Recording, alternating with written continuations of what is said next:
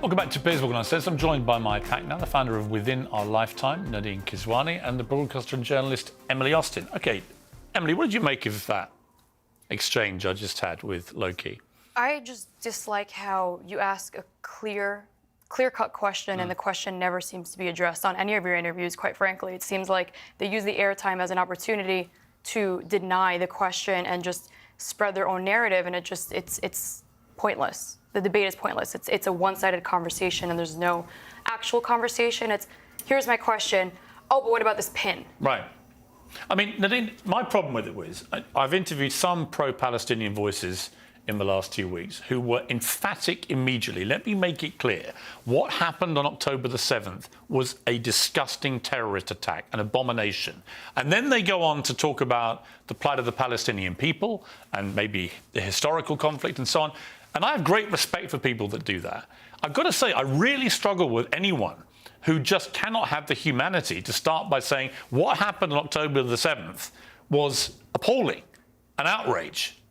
Do you feel it was? I think Palestinians are tired of that being the starting point constantly, when right now there are 6,000 Palestinians who have been killed in Gaza, over 2,500 of them children, 33 mosques leveled, hospitals leveled. So we're tired of that being the main goal of the conversation. It's not the main goal. Part of it. It's the starting point of this war. Yeah, but hang on. It's the starting point of this war. It's not the main goal of what I want the conversation to be. The starting point was when 750,000 Palestinians were ethnically cleansed, were expelled from their homelands during the Nakba, which my grandparents fled Palestine because of the Nakba, because of the massacres and the rapes that they heard. So to me, that's the starting point. That's my experience. Let's go with that for a minute. Let's start with the Nakba, because the only Nakba is the part that people forget to address. 1948, after the partition plan, the Jewish state called in the Arabs to live prosperously and peacefully in the land. But what happened the very next day, not even 24 hours later, is the alleged Nakba,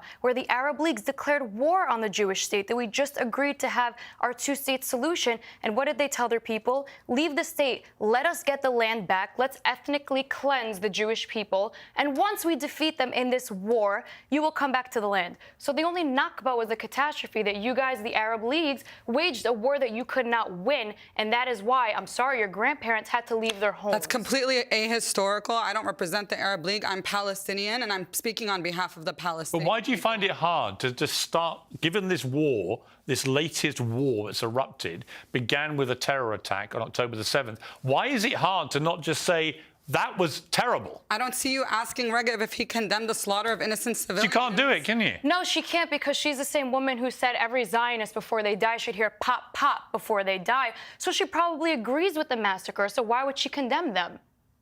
I think the media is part of manufacturing consent. We're talking about you. I'm speaking here, and I'm not interested in speaking to genocide deniers. The media is manufacturing consent for genocide against the Palestinian people, just like they did with the lie of the weapons of mass destruction that was used to justify the murder of over 1 million Iraqis. And there's been many lies that have been repeated all over the news, including on your show, where CNN had to rescind, and even you said in subsequent interviews about the 40 beheaded babies. I haven't seen a single shred of seen a single shred of evidence about these accusations coming out. I was actually deliberately misquoted. You raised an interesting point there about this issue of the beheaded babies from the October 7th terrorist attack. I was accused by Bassem Youssef of saying on air that 40 babies had been beheaded. I never said that. I said there were reports that 40 babies had been killed and that some had been beheaded. That appears to have been borne out by other reporting, but I haven't seen the full details of every single casualty, so I don't know for sure. I certainly never said 40 babies were beheaded, but that clip has gone around the world, and I've been bombarded with abuse based on an absolute lie. I don't see a big difference between saying 40 babies were beheaded versus maybe, 40 some. You don't think it was between 40 beheaded. And some? Because at the same, that's the lie that's being used to kill 6,000 Palestinians in Gaza right now. Okay, well, let me ask Emily. All right, let me ask Emily this question. I've asked Nadine, can she say she was horrified by what happened on October? She wasn't. And she will not say that, which I think is very disappointing. Would you, in return, when you look at what's been happening in Gaza in the last 2 weeks, do you find that appalling, that the loss of young lives, of babies, of children, of women, innocent people who had nothing to do with the terror attacks? Absolutely, 100%. Any death of innocent civilians should be condemned privately and publicly, and I cannot believe I have to say that. So yes, every children that is being collateral damage, every woman that's becoming collateral damage, my heart aches for them. Why can't you do that? I think we all agree that the loss of innocent life is sad, but I believe that the loss of innocent life wouldn't be an issue. It's okay if when Israel it's the didn't Jews. ethnically cleanse Palestine to begin with in 1948. Well, they didn't, and that's that is the source of this. To me, I go to the source of the issue.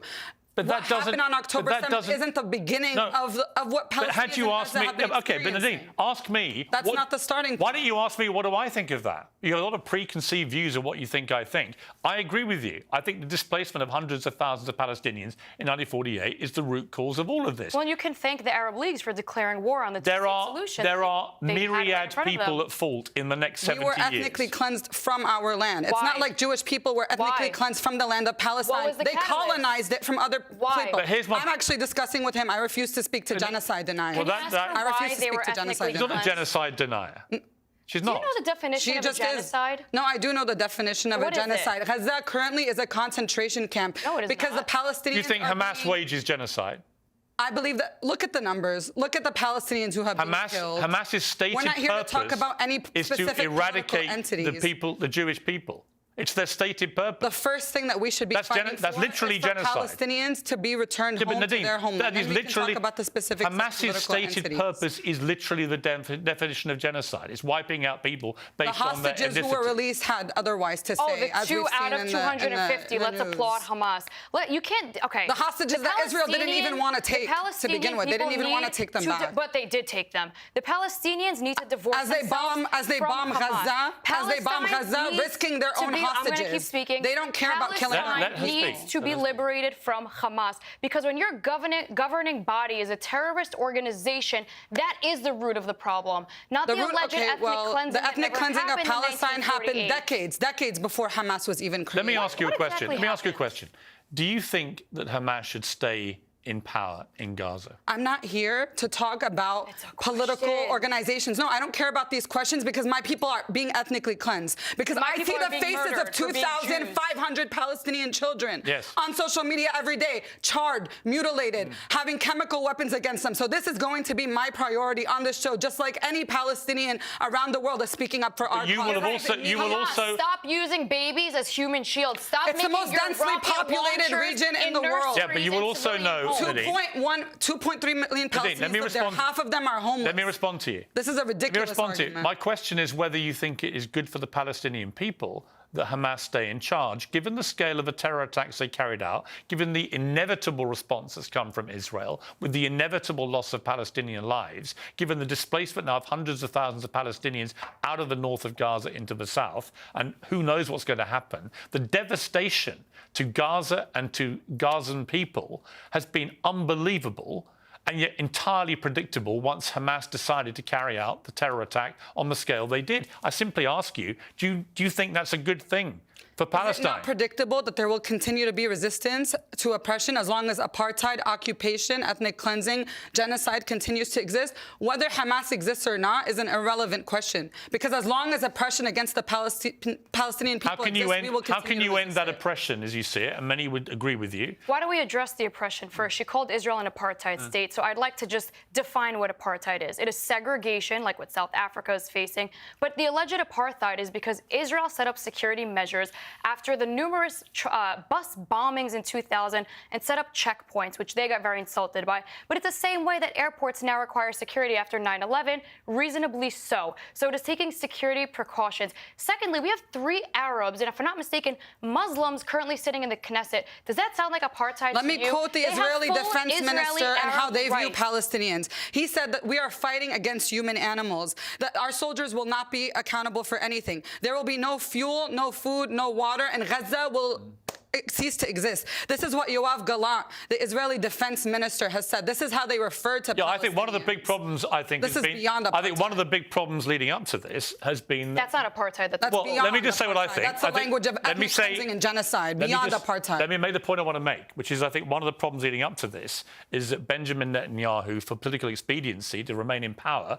has packed his cabinet with a bunch of right-wing headbangers whose rhetoric actually was incredibly incendiary and incredibly unhelpful. So I do think that.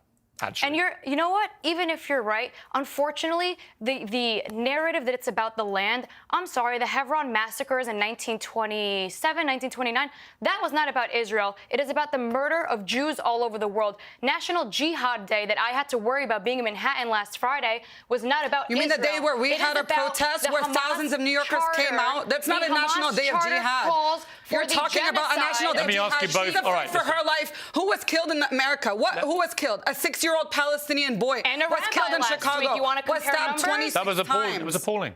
26 times. Yeah, Nadine, so you're talking about being afraid for your life. I'm constantly afraid for my life as a Palestinian living in a Zionist to those city and examples you just gave, they are appalling. Appalling. But I also find it very dispiriting that you can't just take a moment to say what happened to the people in Israel on October the 7th was also appalling. But it came out of her mouth. She wants the Zionists dead, so how is she supposed to condemn it? It would not have happened had Israel not initiated this, and you know this from the beginning. I think we always need Israel to go back did nothing to that warranted what happened on October the 7th. Nothing. Israel? Nothing. The scale of that terror attack is like saying that America brought 9/11 on itself. I remember people saying that in the streets afterwards. I think she wants to go back in time and yell at the United Nations for equally dividing the land. repellent to me. A terror attack is a terror attack is a terror attack. What Hamas did that day was unconscionable. We have anyone no state, with an no ounce of government, humanity no army. has to say that. Anything that Palestinians do to defend themselves will always be categorized as a terrorist attack, because this is the position that the world has put us in. Right, I'm final not point responding to your questions. I have a question. When was the last time Palestine had full sovereignty over the land? Give me a date or even a year that Palestine had their own government. I'm not going to engage with genocide deniers. If you want to make a point, you can say that. She wants to be a child. How are you an attorney? God.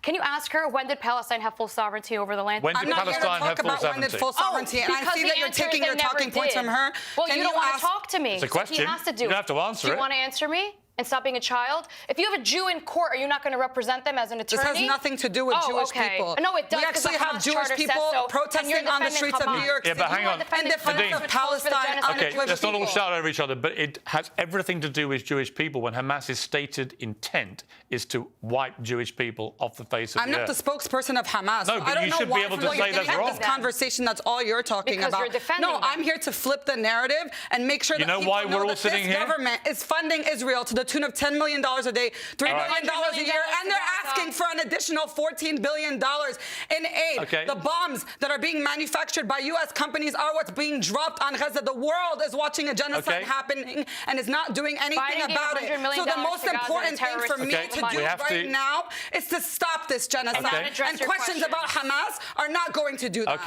It's condemning the genocide of the Palestinian people and condemning the UK and U.S. governments that we live under, that I pay taxes to, that are killing Palestinian people every day.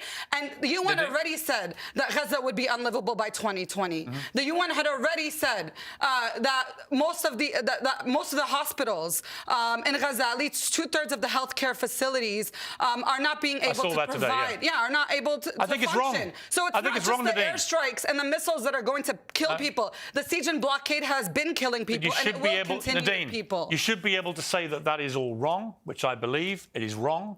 And you should also be able to say that what happened on October the 7th was wrong. A human being who cares equally about the lives of all human beings would be able to say that both those things are wrong. I do care about the lives of all human beings equally, and that's why exactly I believe that in order to preserve human life, you must end the siege on Gaza, you must end the blockade, you must end the settler colonization of Palestine. Listen, Free Palestine from Hamas. It's a passionate debate, and I understand why emotions run high. I appreciate you both coming in. Thank you very much indeed. Come back. Let's continue the debate. You only get to peace in these things, I can promise you, by thrashing these things out. People that hate each other have to come together and they have to try and find places of compromise. Otherwise, you never get to peace. 70 years this has been going on. 70 years. You need justice to get peace. You need justice and you need compromise and you need both sides to acknowledge when bad things happen, you can say that is unacceptable. On October the 7th, if any tiny part of you says that was acceptable or there's a reason for it, I can't have that. But thank you for coming in. I appreciate it. Thank you both very much indeed.